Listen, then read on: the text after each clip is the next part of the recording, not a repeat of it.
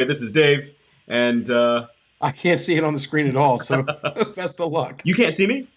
Oh, you can't Well, see I've got you a can't little see the box. overlay. I got a little box, so you're kind of, to me, you're over Yeah, here, but you yeah. might be over there or might be over there. I don't know. So we're remote today, Okay, here we and go. David's skyping in. So Yeah, I'm in New York today. I'm in the state of New York today. New York City, no, just the state of New York. Okay, wait. Let me turn the volume down. Yes, there we go. Oh no, that kills all the volume. No, can you hear me? I can hear you, but unfortunately, I can hear me talking and you talking on the Boy, video. technical difficulty day as we remote in. Matthew Hamlin is Here we go. Nope, I got hey, the button. All right, we should be good. hey Matthew Hamlin, thanks Talk for live. joining us. There we go. All We're right, good. you got us. We're good. All right. Yeah. Okay. So All right. Shannon So, Black. hey, West. Hey, Dave.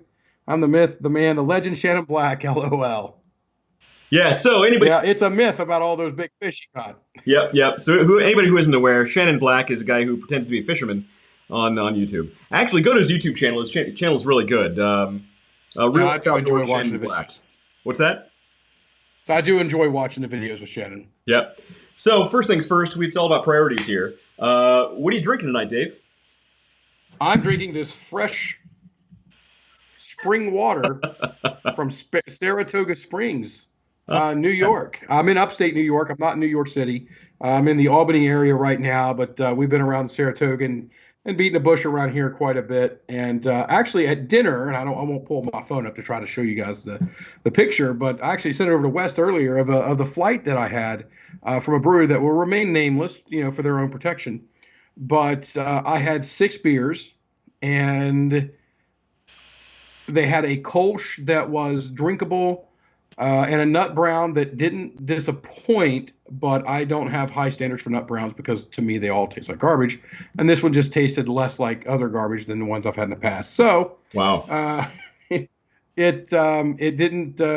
None of them brought up to my standard. And I actually inquired walking in. I was like, "Hey, I can get a growler of a beer if I like it, and bring it with me, right?" And they're like, "Yep, absolutely." And when I was done eating, I said, "You know what? None of these made the cut. Wow. 0 out of 6. None That's of these made the cut." Yep. surprising. Yep. 0 out of 6. But again, I'll drink. I've told many people I drink water and beer in about equal amounts. And if there's not a good beer, you know what? I'm going to water. And this is actually spring water from the Saratoga Springs. Put in a nice plastic bottle here. So So it is good. It's good as far as waters go. It's a good water. there you go. There you go. You know what? So what do you got there? I know you cracked it open before we went live, but I didn't hear about it. So tell me what were you drinking there? Yeah. So I got my selection of beers from Perfect Pour in Dublin. So anybody who's in the Dublin, Ohio area, go to Perfect Pour. I'll pull up the website later, but they have an amazing selection. We got to get the owners on for an interview. I'm Okay. something called Orange Crush. It's an American wheat ale with wildflower honey and sweet orange peel. So getting a little fancy here. You can see it there. Yeah. So, and of course, drinking it out of my Hofbrau mug because can't be there. At least we can pretend we are. That's how we roll. Yeah, I actually got out here and I'm like, man, I should have brought. So as I was, sitting at the table before the beer came, I was like, all right, well, I'll just grab a glass from here that has their logo on it, and I'll just buy it so that I've got it and we can have it on the podcast. And then, Sure. of course, as you can imagine, their IPAs were on point. Yeah, I don't. You know what? We need to talk to more brewers because I'm not sure what's up with all these IPAs at restaurants and bars. Yeah, it gets it's rough sometimes for beer connoisseurs, beer snobs, Right. as I like to call myself. Actually, I'm just a fat guy who likes beer. Hey, we So we're talking about toenail fungus tonight. Is that right? non fungible tokens, so not the fungible token. Oh, so this is after the ointment, Right. So the funny thing post ointment. is leading up to this, I asked a lot of people about their thoughts on NFTs. They're like, what's that? And I'm like, non fungible Yeah, a tokens. lot of people say it. They're like, I have no idea what are those real words you're using right now. So so there's actually a lot to know Yes, though. I mean, there's a lot of people making a ton of money off these things. Have you heard yes. anything about NFTs before I started bringing it up? Oh yeah, I've NFTs, but only because I have, I'm not for myself because I don't delve into that world. Yes, Yeah. I understand you can make major bank at it. Um, really, a way to boil it down to until you get to the monetary ends of it, like the blockchain Mhm. for cryptocurrencies, it's basically a digital certificate of authenticity. Right. Just you really want to dumb it all the way down, a digital certificate of authenticity. Absolutely, you nailed it. That's exactly it. So we can just end the show right now. Uh, but no, there's so let's break it down. Non-fungible means not copyable. So let's say I have $2 bills, right? I should have gotten some dollar bills. I don't have any. I don't carry cash. So let's Got dollar bills. say I have $2 bills, right? They're both worth, they both have value that fluctuates with the market. Uh, I got fives. Will that work? there you go. The difference is um, they're both identical. There's nothing differentiating between the two. They're both exactly the same. Oh, A non-fungible token is one that is supposed to be got completely serial numbers on them. there. You go. That's supposed to be completely unique.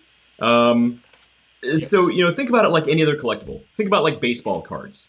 You know, Yeah. where every single one of them, instead of you can get duplicates. However, in this case, every single one of them is completely unique. You're basically paying for that uniqueness. And in a nutshell, that's what an NFT is. Uh, a lot of people here's a really, really massively overused analogy. Think of like the Mona Lisa, right? Every interview with any NFT aficionado automatically brings up the Mona Lisa. You can go to the museum and you can pick up a copy, a nice full size print poster of the Mona Lisa, even though it's actually much smaller than you think it is. Uh, That's not a very big print. right, and you can hang that in your house. However, Yeah. even though you have a copy of it, it's not the real thing, and it doesn't hold the same value. Just like NFTs, you can copy and paste a JPEG online, but you don't have the certificate of authenticity associated with the original ownership of that, if that makes sense. Did that? Well, it makes sense to me. Does it make sense to you all out there in TV land? There's a lot going on. It's a Well, complicated subject. Um, yeah, we've got Rob Miller popped in, said good evening, gents, and Laura Black is online saying good evening. So yeah, thank you guys for joining us. absolutely. Thanks for joining. Click the like button, click the share button, comment away, follow, and send us $1 million. Yeah, absolutely. So, If you do those things right there, yeah, we'll mention your name on the podcast. so as far as the NFTs go, um, basically it uses blockchain technology to create, like you said, a certificate of authenticity for that piece of artwork, and that's exactly what it is. The kind of one of the hangups is it's such a new way of using blockchain technology that I don't think it's reached its full. We don't fully know how to use it yet. So right now, you can go on a website and you can buy, a million different random pieces of artwork with an NFT association to them, but they're only going to be as valuable to somebody else who's willing to pay that much for it later down the road. You know, Yeah. it's like if I come to you and say this beer can is completely unique. This beer can, there's nothing else like it. I open it, I drink it myself. I'm going to sell you this for $1 million. Well, you might buy it if you think you can sell it later for $1.5 million, but there's no guarantee of that. So that's kind of one of the hangups a lot of people are having with NFTs right now: is are they going to hold their value? Some of them, yes. A lot of them, probably not. Um, do you collect anything? What are your collections that Well, right now you're I'm hanging up? collecting comments over here, and I'm going to play catch up real quick before we get into to my collections. We've got Kevin Klaus who's tuning in from Cocoa Beach, Kevin Clark. and I love the guy, but he sent me pictures this week of him out on the beach, and I'm up in Albany, New York, and I gotta tell you, I'd rather be sitting on Cocoa Beach. Yeah, you're not. Actually, there's a beer garden in Cocoa Beach that would absolutely be phenomenal to go visit right now, I'm sure Kevin. especially with my letdown on the beer. But then Rob Miller's chiming in here. They're having a bit of a conversation over in the chat section, over in the comments. So figured we'd take a moment to say thanks. And Justin Owens popped in and said, "Hey guys." So Yeah. we're here. We say hey. I think he's one of the followers that Shannon Black brought with him. So thanks again, Shannon, and thanks Justin for coming over. Yeah, judging by Justin's fish, I would say that he could teach Shannon a thing or two. Yeah, he's not on your team though, Shannon. Just so you know, he's not on your team. That's right. You got these teams tied down already. So That's right. Locked down. locked down. Except us. If we want to fit somebody better than me, that person doesn't exist. So what do you collect? What is something that you are collecting that you think is going to hold value? Well, I'm going to hold this memory right here. Kevin looked great in his new two-piece on the beach. Oh. Okay. And that's where the comments have went already. So collections for me is very odd. I don't collect things for long-term type stuff because I'm up here looking for a house, and I keep making the comment to my realtor, much to her chagrin, that the person bringing the money to the table is me. So it doesn't matter whether it's a buyer's market, seller's market.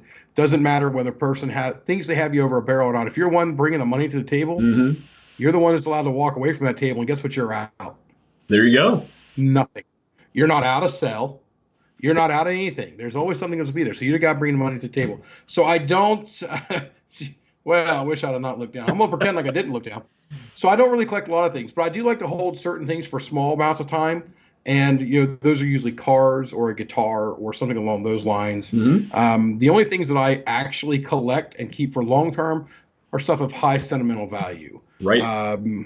The very first gift my wife ever gave me was the box set edition of the original 3 Indiana Jones movies. Oh, sure. So that stays there now. I think our game systems will play DVDs, but I don't have a DVD player. I mean, everything I buy is on the cloud and everything. Actually, I think I have all the Indiana Jones on the cloud as well. But I'll never get rid of those because that has a sentimental value to me. Right. And so when you have a collection of something, the value is only there if you find someone willing to buy it. So let's say you buy, what was those little stuffed animals for a while, the Beanie Babies. Mm-hmm. So let's say you have a complete collection of this to this Beanie Babies, and you say these are worth $10,000 because perhaps you'd be willing to spend $10,000 for said Beanie Babies. In reality, those Beanie Babies are only worth 0 until you sell them. Right.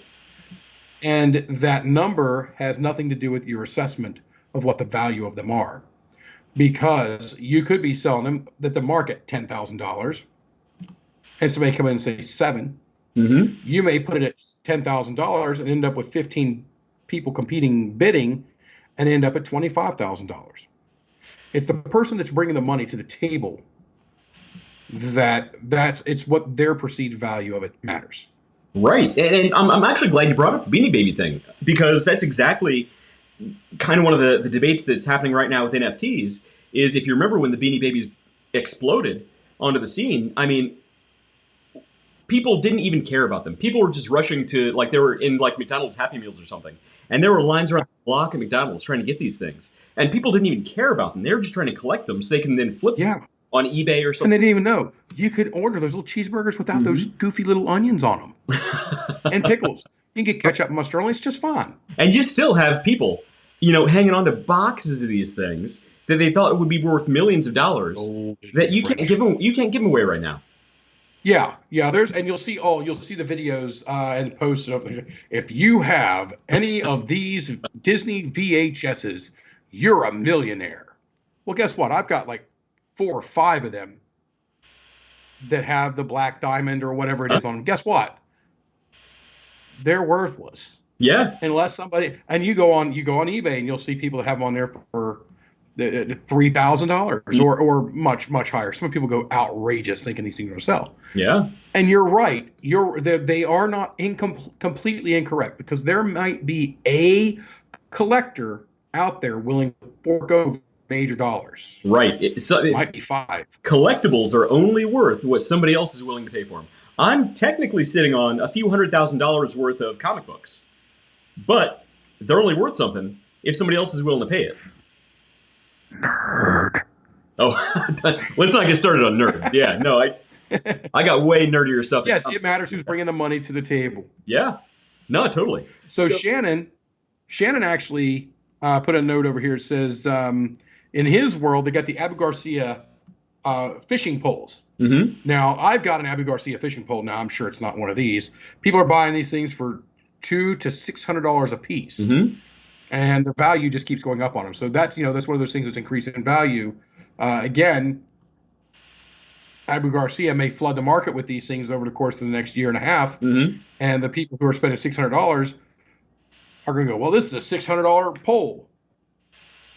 Well, I mean, I just bought mine for $25 down at Walmart's. So the value if it were me, Mm-hmm. if it's just me, and this is the kind of, ladies and gentlemen, cover your ears if you're offended by curse words, the asshole that I am. If I were TY Beanie Baby people, I'd be putting those Beanie Babies out like crazy. I would flood the market with them and just crush it. Well, they did. That was the early 2000s, I think. And yeah. Walcott actually just said the same thing we've been saying. It's only worth what somebody else is willing to pay for it, and that's 100% true. Exactly. So it's the guy bringing the money to the table. So it's kind of a little. And that just that doesn't only stand for the non-fungibles. Yeah. It's every transaction. Yeah. And it doesn't necessarily have to be monetary transaction either. Mm-hmm. It's the person that's bringing the good to the table, the goods to the table, the money to the table, the actions to the table, the secrets to the table. The person with something that is of value is, unless he's getting something out of it, it's worthless. Oh, totally. So, it's a little bit different, a little bit of a different animal with digital, though. And it's almost more dangerous with digital if you don't know what you're getting into. So you play some video games here and there. I play some video games here and there. Have you ever bought a digital asset within a game? Have you ever bought like a skin for a character, or bought a specific character or a car in like a racing game? I have, yes, a racing game. Yeah, I bought a Forza pack to get certain cars. Now, my son and daughter both play that, the game that everybody was nuts over, Fortnite. Oh, yeah. And they're like, can we buy this battle pack or that battle pack or this whatever? I think it's battle pack. Mm-hmm. And they just go on and on and on about it. And no. Right. So, but it gives me this skin. Yeah. And have you personally paid real world money for these things? I've paid real world money for the video game to add certain cars on my Forza, and I did it one time. Uh-huh. It was a Chevrolet pack. I'm like, ooh, I want to have these Corvettes and whatnot that came with this. I'm like, all right, I'll just get them all here and then. Basically, and to me, I looked at it as an add-on to the game. I added extra things into my game. Right. But yeah, even now I'm like, no. Right. Because eventually they'll give them to you for free. You just have to play your way through it. Okay, now take the asset that you bought for that game and associate that asset with a blockchain, a unique blockchain code that you then own, and you can sell it, you can trade it. It's yours that you own. You can do whatever you want with it. That's essentially what an NFT is. It's a digital asset with a blockchain code associated to it. So technically, people have been doing this for a long time and didn't even realize it. We just have blockchain backing it up right now. And that's what NFT is. So to people with, in personal investments into things like games or bands or movie franchises, any sort of digital brand at all, these things do hold tangible value in a way. So even though you and I may not understand it 100%, people who are, spend 8 hours a day playing Fortnite, or are really into, a certain band who's selling an NFT of original artwork, I mean, it holds real value for them. And they're gambling on the fact that it will hold its value, if not grow in the future. Yeah. Yeah, Laura Black got on here and said, I collect old coins and old bills. I collect my bills too, but probably don't mean the same thing. Right? Yeah, I have a stack of bills. I try not to collect them, so I try to get those out of here as soon as possible. Kevin Kevin also liked to rub in the fact that he's drinking and enjoying a delicious orange blossom pilsner. So we got an orange themed night theme going tonight, Kevin. So I have Orange Crush from what brewery is this? Hang on. This is from Hidden Springs Ale Works. Orange Crush is American wheat ale, and I got another orange over here. I must have been in a mood. I have Vertical Series Orange from 18th Street Brewing. Right. I got my beer from Perfect Pour in Dublin. I have non-orange water. So you need to orange that thing up a little bit. Orange. Orange. Did you say orange or orange? Are you one of those people? You're an orange or an orange? Probably orange. Orange. Okay. I'm an orange. Orange. I say it orange. weird. I say orange. Orange. Orange. I see. It sounds right to me when you say it, but I don't say it the same way. Right. But it works. We'll allow it. We'll allow it. Exactly. Judge's ruling is in. So, people have actually been trading, in digital currencies for a long time. Again, they're just not getting blockchain associated with it. And, you have things like entities like bands who can sell a song to, or an album to, 50 people at, $1,000 a piece, $10,000 a piece. And only those 50 people technically own that album. Now, any one of them can go and copy all those songs and put them online, and anybody can listen to it. However, technically, only those few people who bought it actually own it. So it's kind of a gray area, but it really comes down to, again, owning the Mona Lisa or owning a poster of the Mona Lisa. That's kind of how it breaks down. And there are a ton of examples of people who are making so much money off this. It's disgusting. It is nuts. So I'm going to share with you guys something real quick. I'm going to share a few links here with you. Let me get these pulled up here. Got a different setup here than I normally use. Okay, so I'm sure anybody who follows the news has seen this. There's an artist called Beeple. Beeple? Beeple is his screen name. Great screen name. I'm not sure what it stands for. But this is his piece of artwork. It's called The First 5,000 Days, and it's his first 5,000 pieces of artwork, all into a single image. He sold a JPEG of this as an NFT for $69 million. $69 million. Now, prior to him selling this guy hadn't sold a single piece of artwork. Over $100. Over $100. Yeah. It is, holy moly. Yeah, exactly. Here we go. $100, $100, $100. You know what? Let's put all these together, put it as a digital, send it as an NFT, $69 million. Yeah, so basically this guy hit the lottery. And you know what? Good for him, because I've seen interviews with him, and he seems like a really nice guy. And if you zoom into these, you can see some of the artwork. His work is actually really good. But is it $69 million good? Apparently so. Somebody thought so. So that is super impressive. And at the same time, you have... my beer just fell. That's fine. I'll clean that up later. Party foul. So, the joys of live streaming. So, there you see, water. That's why you're drinking water. I didn't even touch it. I think my basement's haunted. So, you also have a lot of people who are taking it. It was fungible. It was fungible. We put the fun back in fungible. We put the fun in fungible. So, you also have a lot of people who are taking... He's left. Are you sure you haven't had a few beers already, David? Yes. Oh, fun and fungible, dude. See, I got you with that one. Oh, man. Put the fun in fungible. Oh. That should have been the headline to this There are only so many dad jokes you go through, and then you're like, you know what? That was a good one. Fun and fungible. That's our next T-shirt. We're putting that on Teespring.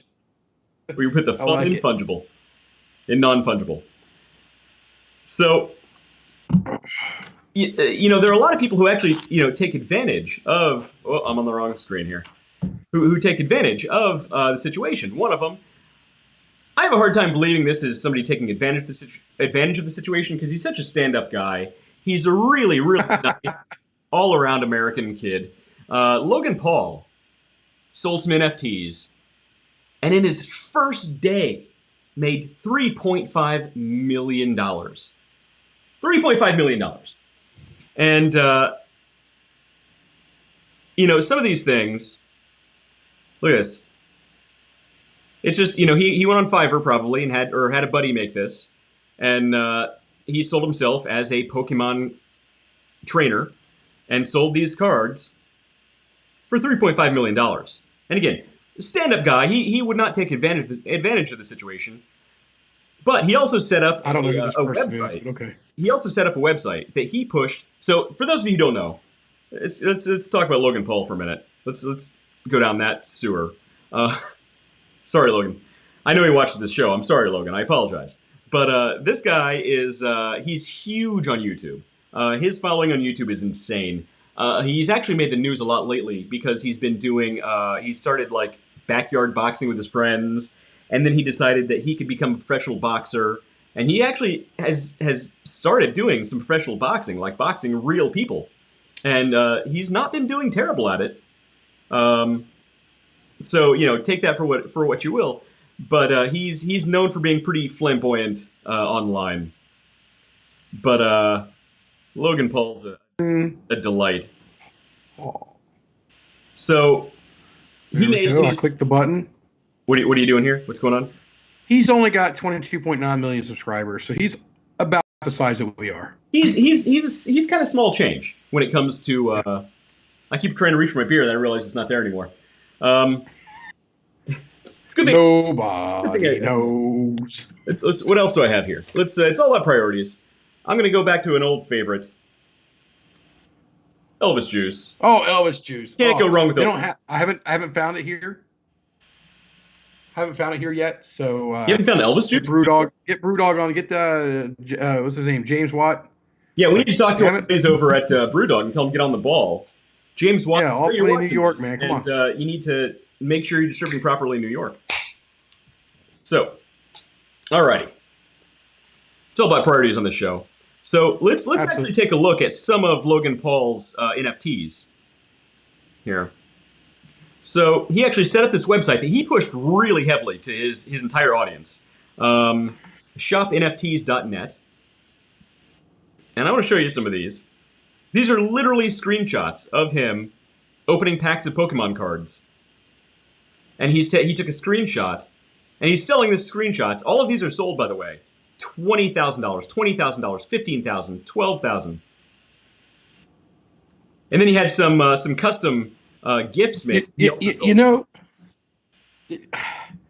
This right here, I went into a store today. I was here, and my boy wanted to go into this shop, and they got tennis shoes in there that are several $100s, and they don't serve any function. They don't have any support. They don't look overly well made, but these things are several $100s. One pair that he picked up that he liked were $1,400, and they're T-shirts. T-shirts had security chains through them, locked up to the wall. Yeah, because the T-shirts were like $180. The T-shirts, right? They don't want people. And then as I'm looking back over here, this might tiptoe around politics a little bit. Watch it. But having a few quadrillionaires out there, that's not where we're losing the money, people. People who are dishing out $15,000, multiple $15,000, $8,000 for a picture of a guy taking a picture of himself, right, opening a Pokemon card. Well, but again, people are betting. This is basically a gamble. It's like any other investment. People are gambling. They're betting that this will go up in value. And somebody actually paid $20,000, $20,000, $15,000. Check these out down here. These gifts, or $38,500 $38,500. And here's the funny thing. Check out my. sold out. You can't. I don't think you can see my screen here. I'm actually going to click on this. I can't see. Well, let me go back over to the Facebook page, or if I over to Facebook, I might be able to see from there. So people viewing. Oh yeah, I can see it scrolling.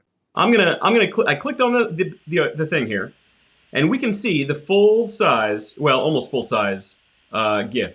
Whether you're a GIF or a GIF person, if you're a GIF person, I completely disagree with you. The G in GIF stands for graphical. GIF, not giraffical. Okay. So here's something else we can do. I'm going to control left click. I can save this image. I can save this GIF. I'm going to go ahead and open this in a new tab here. Check this out. I now have the GIF associated with this NFT. I can copy and paste this. I can save this image. Now, I don't have the blockchain associated with it. And here's the funny thing, unless you have the capability to look up the blockchain, blockchain ownership, the blockchain ownership, which you're technically not supposed to. Technically, nobody's supposed to have access to that because it's supposed to be one of the most secure networks in the world. Nobody can prove that I don't own it because I have the GIF right here. Well, I'm gonna Article 1, Evidence 1. What's the word I'm looking for? Anyway, I'm gonna go back to this video where we just right-clicked and copied it. That what's the difference between that and what this person bought? Is that exactly what this person bought? Yes, they bought. So an NFT. Maybe I didn't really get into this too much. An NFT can be any digital asset. It can be a GIF. It can be a JPEG. Most of them are one of those two. It can be a movie file. It can be a song. It can be an audio file. Technically, it could be any digital file. It could be a Word document. And it's 51%, right? Or 51% of the people, like basically when the blockchain comes through to update it, that's why it's spread out over top of so many places. So 51% of the people, or 51% of the programs or algorithms say, yep, you own this thing. It just continues on. Now, when you sell it, then it filters through. Right, because that is essentially how blockchain works. Basically, blockchain is constructed over time with a series of nodes. All of the when people essentially mine these things or create parts of the blockchain, it takes real processing power and real computer power to create the code that then extends the chain. That's what it is, the chain of code.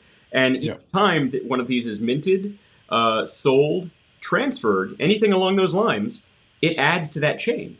Which is why we'll get into it when we actually start talking about how to make these things. There's something called gas prices. And the gas prices are directly related to how much computing power it takes, actually electric bill costs it takes to create one of these. And you're right, if the majority of the nodes agree that the chain is updated and correct, then you have ownership of it. However, there's not really a mechanism in existence right now that can look up that ownership. There's essentially, as far as I know, no way that you can actually go in and find out who bought that, who owns it. Which is one of the funny things about the band. I think is it Kings of Leon, who sold the albums with golden tickets associated with them that say, if you hold this NFT, if you hold ownership of this NFT, you get access to, all of our concerts, each tour for the rest of your life. How are they going to prove who bought it? At this point, there's not a mechanism to do that, which is kind of a funny thing. Yeah. But just the sheer amount of money that Logan Paul made in a single day is mind-blowing. Let's go back here. So, again, It's not just these young kids. It's not. It is not. So we're going to get into a few other. Our next one up is well known. Yeah. So our next example here is. Who remembers Monty Python? Monty Python's Flying Circus. John Cleese himself decided he was going to kind of poke fun at this whole situation a little bit. Do you remember the old story about the guy who sold the Brooklyn Bridge? No. You know, so I need to find. It's only anecdotal at this point. There was apparently a con man who sold the Brooklyn Bridge, and I don't know any more details than that. But you always hear, when somebody's telling a tall tale, somebody else will come along and be like, "Yeah, I got a bridge to sell you too." I'm sure you've heard that phrase. Well, that's where that comes from. And John Cleese decided to play on that, and he hand drew the Brooklyn Bridge, and he's selling it as an NFT. And what you're seeing right now is the current auction for the NFT. It's on OpenSea.io. There are 23 hours left in this auction, and it's already up to $39,700 for a hand-drawn. So anybody who's interested in a John Cleese original and has $40,000-$50,000 to spend, please, I would love to see that. To don't buy that and send us the money. George C. Parker, best known for his attempts to sell the Brooklyn Bridge. He was born in March 16th, 1860 to 1936. An American con man, best known for his surprisingly successful attempts to sell the Brooklyn Bridge. Now, actually, as I read this, yes, I do know about this guy, and I know about the cellars that he sold for wineries and places like that, and beer storage as well in the Brooklyn Bridge. Yes, so I have watched a couple things, and this guy's been part of it. But when you first said it, didn't come to mind. But yeah, George C. Parker is the guy's name, and yes, yes, that did happen. Yeah, that's a real story. So that's to John Cleese decided to have some fun with that, and $39,000. I'll bet it'll go for over 40 by the time it's done, which means somebody has $40,000 to blow on this. And here's what you have to remember: when he sells this, he's not going to sell the original artwork. You likely won't get the actual hand-drawn image of this. You'll likely just get a JPEG. You get the NFT, you'll get digital property right of this PDF or whatever version that it is. Yeah. So that again, we can go over here, and I can't do it on my screen because it's on your screen. Right click, copy, and save the thing. Exactly. Yeah. So, and then just put it as part of my signature block on every email that I send out. Right. So, and there are things like, and the funny thing is something like this, it may hold its value. John Cleese is a well-known celebrity. He's a well-loved celebrity. And look, I'm not judging, but he's not a spring chicken. I mean, look, I'm not going to open a dead pool or anything, a death pool, but I mean, 10 or 15 or 20 years, maybe 10 or 15 years from now, that it may go up in value when he's no longer with us. I think John Cleese might be a little older than you think. I don't know. 10 years, I think, is being generous. Look, he's a spryly. Yeah, he's a healthy looking man. Gentleman. I mean, look at him here. Here we go. So, but it's just amazing. Another great example that people may not be aware of is the NBA is selling NFTs. The National Basketball Association is selling NFTs on NBATopShot.com. So you can actually go to their marketplace and you can bid and buy NFTs of famous basketball moments in history. Now, they're coming up now. My internet's being a little slow because we're streaming. 81 years old, John Cleese. 81? Okay, maybe 10 years. I'll give him 10 years. But, so look, and these actually aren't bad prices. And the funny thing is instead of paying in Ethereum for these, you can actually pay US dollars. Ethereum is the current currency used for a lot of NFTs because that's the blockchain it uses. But what you get when you buy one of these for, let's see, $67, not $1,000, $67. You can get a Bam Adebayo. Yeah, that guy. Slam dunk video. And this is what it looks like. I'm going to see if those I know who Larry Bird and Michael Jordan are, and Scottie Pippen. So this is so $67. Some of the top sales. Here's the video playing right now, and it shows him coming in for a slam dunk. All right, and you will own an NFT of this video.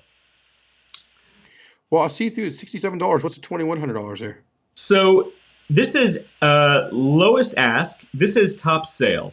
So I'm willing to bet this is the valuation that somebody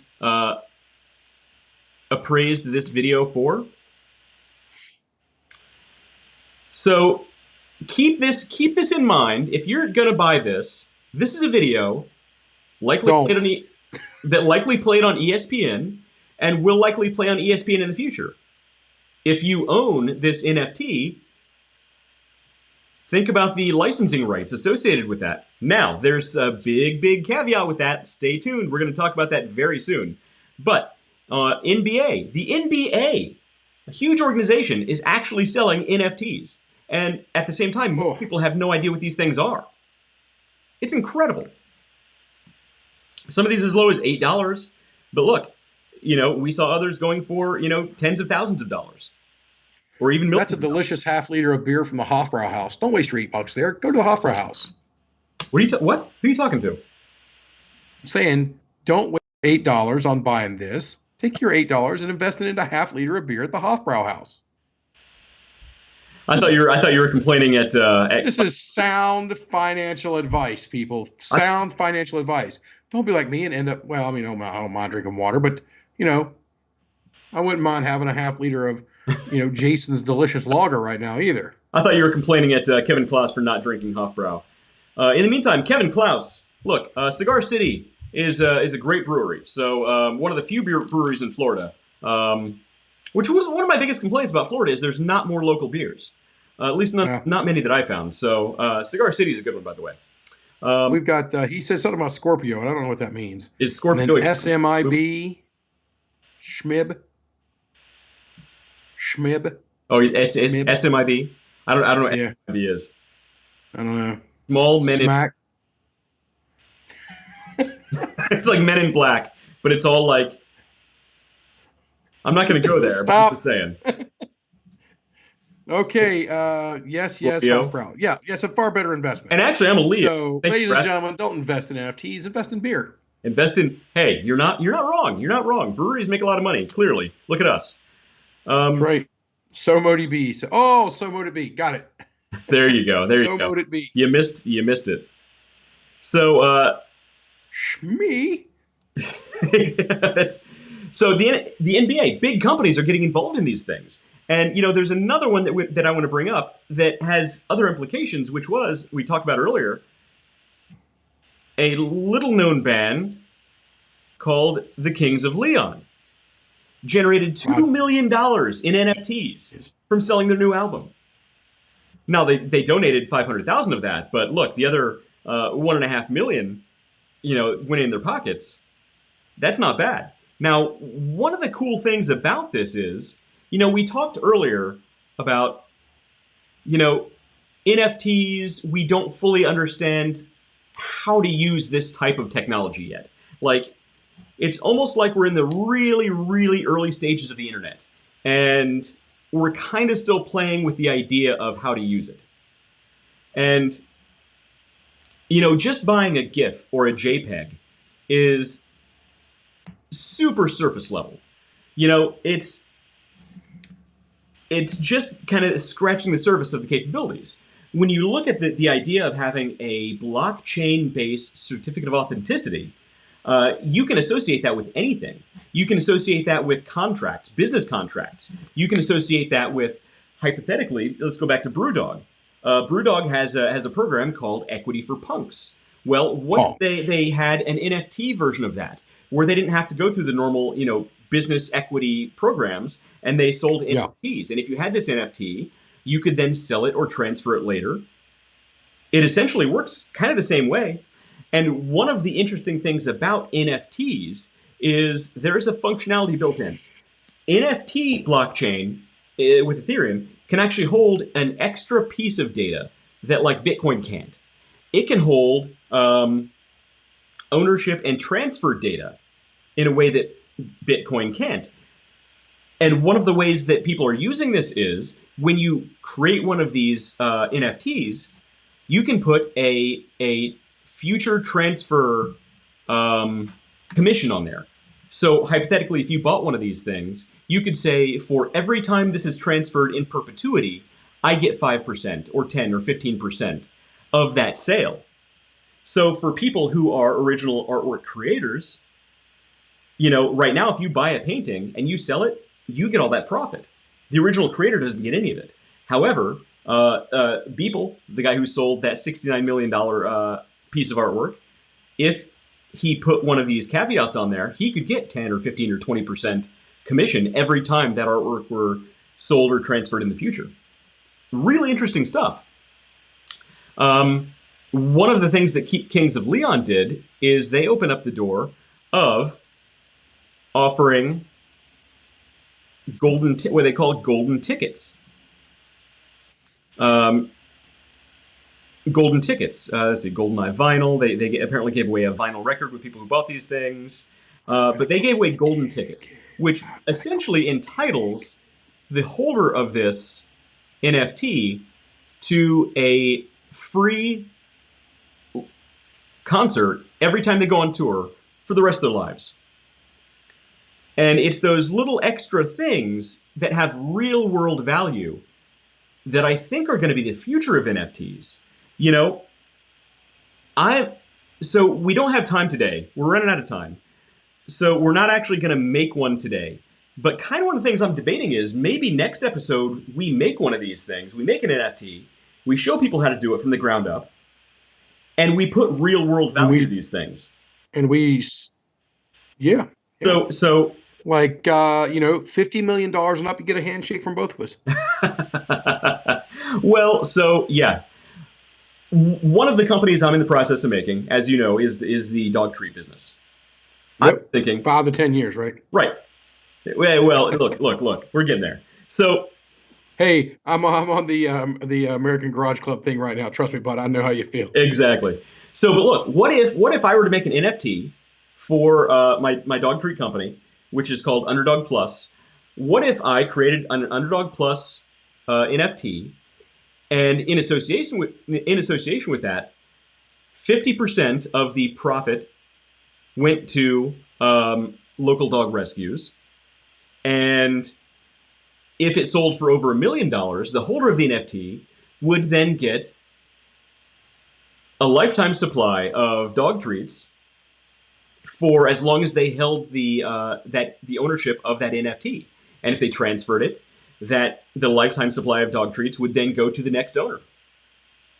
As long as I'm alive, because who knows how long that thing could last.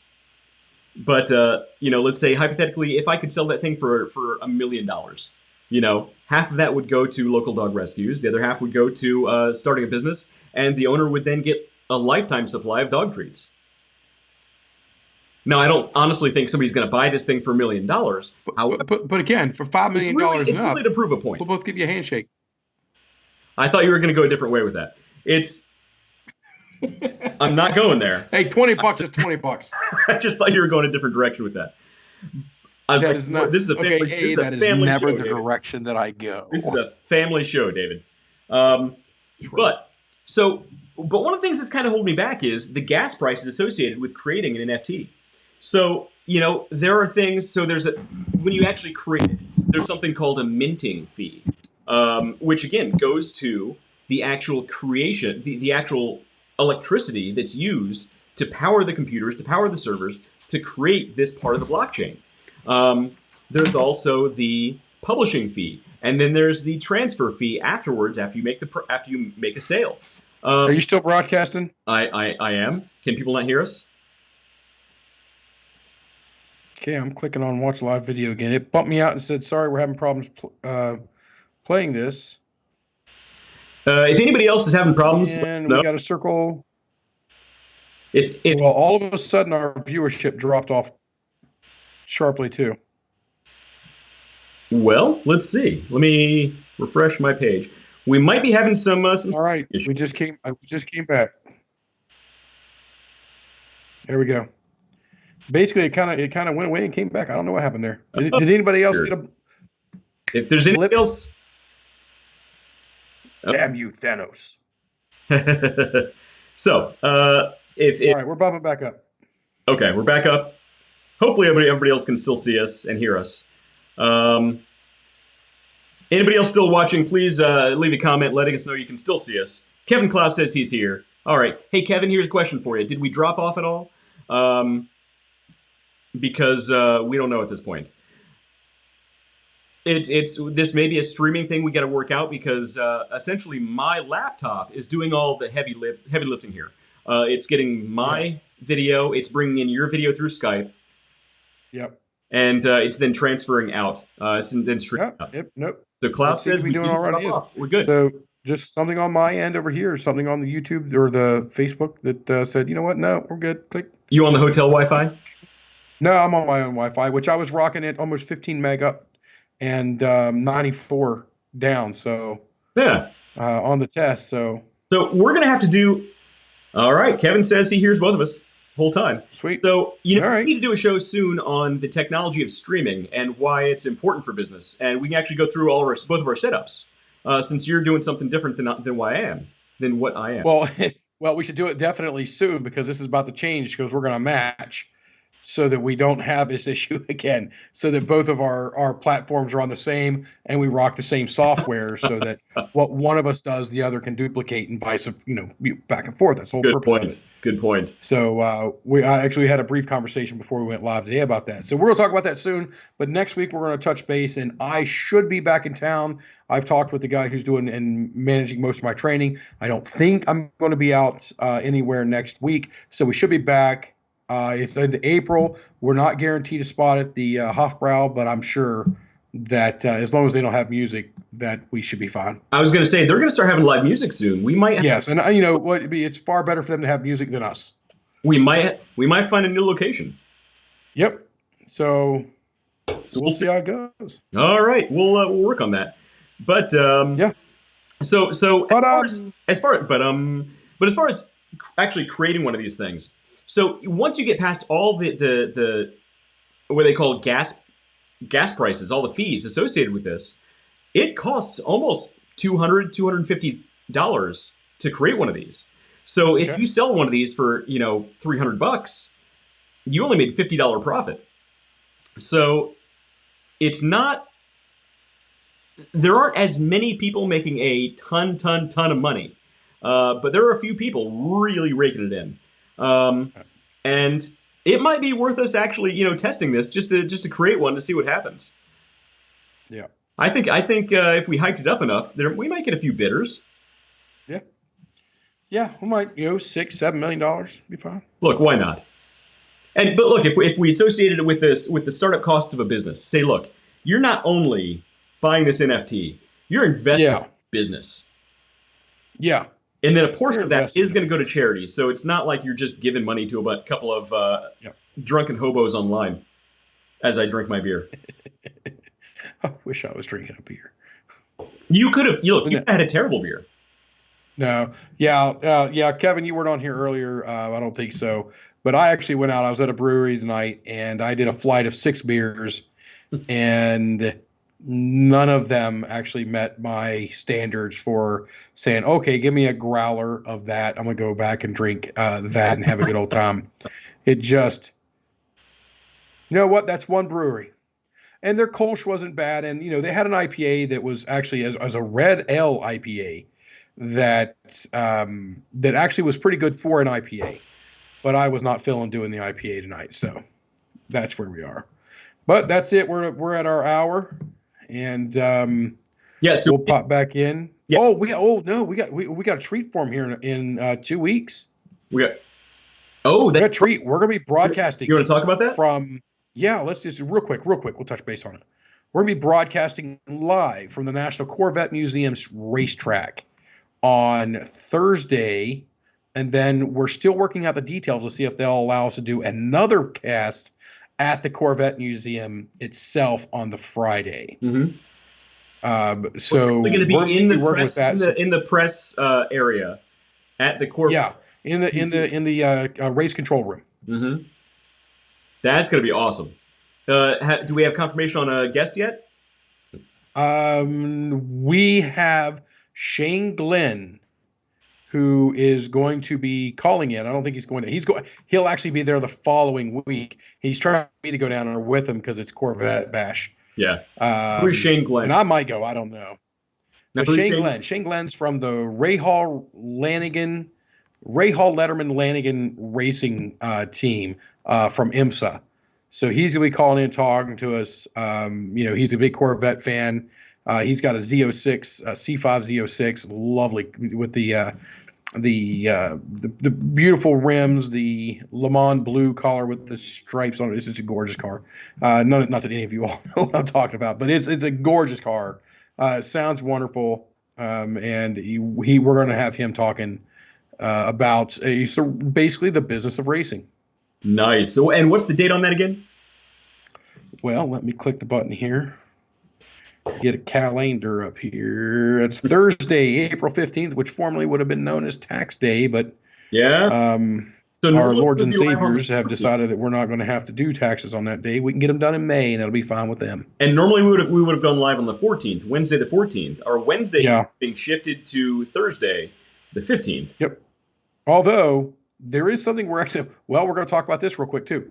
We're going to be doing, we talked about shifting and changing our format a little bit with adding in some different casts between you and I. Yep. Some we'll do together, some we'll do apart. But I think we're going to kick this off. August is when we'll really kick that off. And the main reason for that is I think in the month of July, we're going to do the month of freedom. And we are going to have a post every day for the month of July. We're going to have a video, Very be free. it live, It's be not it very free, canned, but we can totally do that.